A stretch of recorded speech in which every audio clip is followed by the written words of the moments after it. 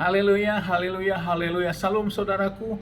Ratapan 3 ayat 22 sampai 23. Sebab kebaikan Bapa Yahweh itu tidak pernah berhenti, rahmatnya tidak pernah berkesudahan, selalu baru setiap pagi. Kita kembali mengucap syukur saudaraku, kita bisa bangun pagi kembali pada pagi hari ini. Sesungguhnya semuanya oleh karena kebaikan dan rahmat Bapa Yahweh di dalam kehidupan kita. Dimanapun kita berada saudaraku, renungan KPI Mahim Kaim pada hari Senin tanggal 3 Mei 2021 atau pada tanggal 21 Iyar 5781 ini yang merupakan kelanjutan dan pembacaan renungan Torah kita diambil dalam kitab Imamat 27 ayat 1 sampai 4 yang merupakan kelanjutan dan pembacaan renungan Torah kita. Dan hari ini saudaraku, dalam penghitungan Omer kita memasuki pada Omer yang ke-36.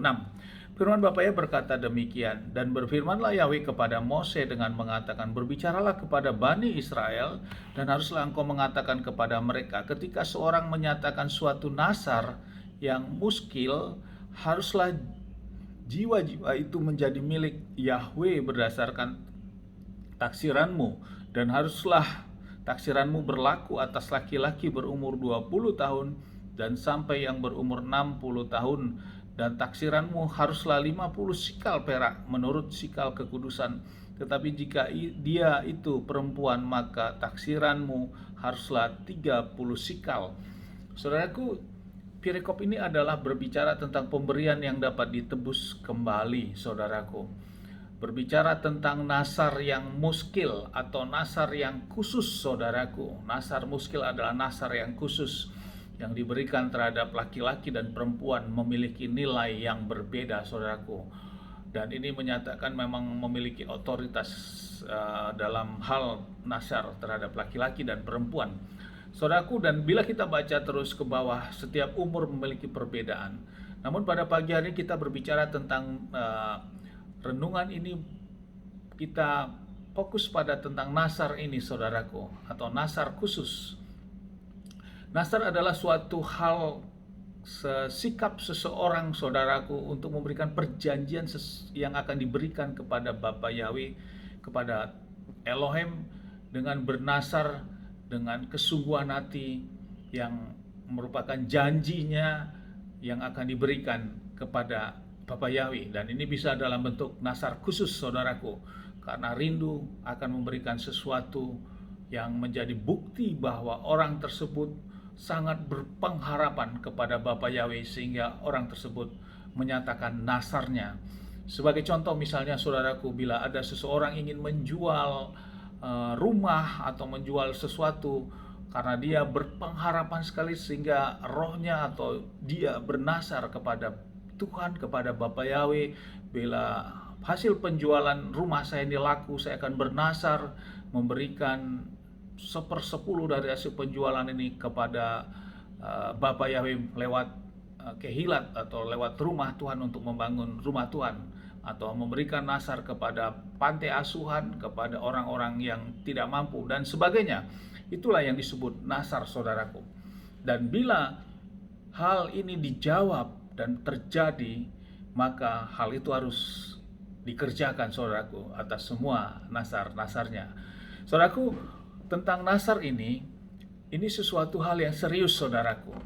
Karena Bapa Yahweh juga mengatakan tentang nasar harus ditepati, sehingga nasar itu tidak menjadi sesuatu hal yang main-main, saudaraku. Apapun yang kita ucapkan dalam bentuk nasar kita, ini harus digenapi, saudaraku. Kalau tidak, maka tentunya hal ini tidak berkenan di hadapan Bapa Yahweh. Saudaraku, di dalam kitab Amsal 20 ayat 25 berkata demikian tentang nasar itu, saudaraku.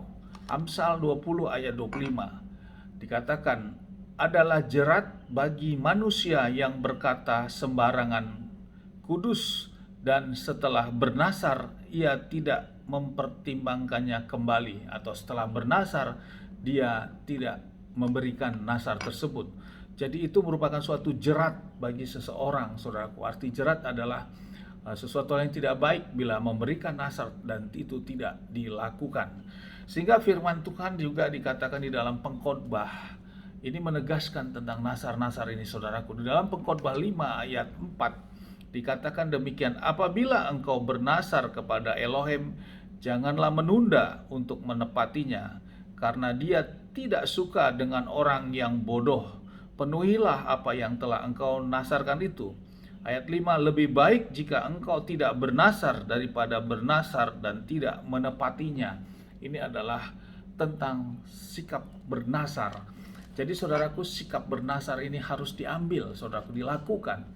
Kalau tidak, menjadi suatu hal yang tidak baik di mata Bapa Yahweh.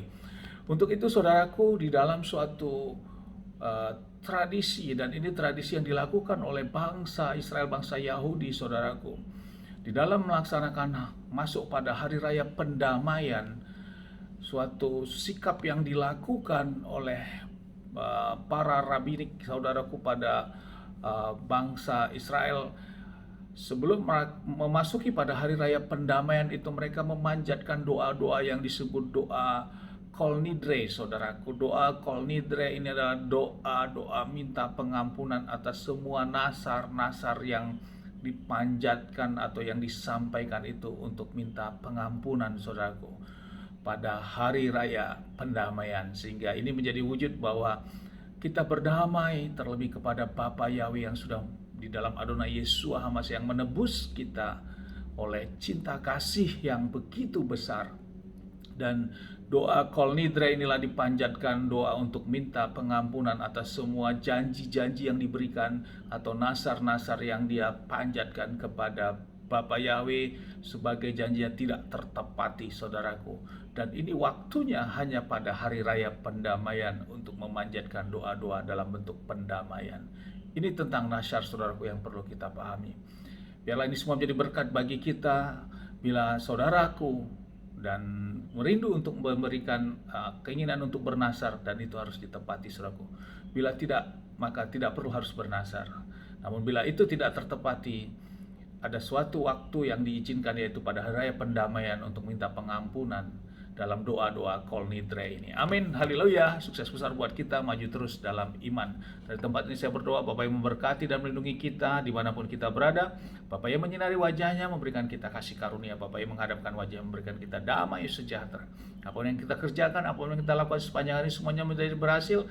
Dan kita orang-orang yang percaya kepada Bapa Yahweh, kita tidak dipermalukan dan hidup kita diberkati. Amin, haleluya.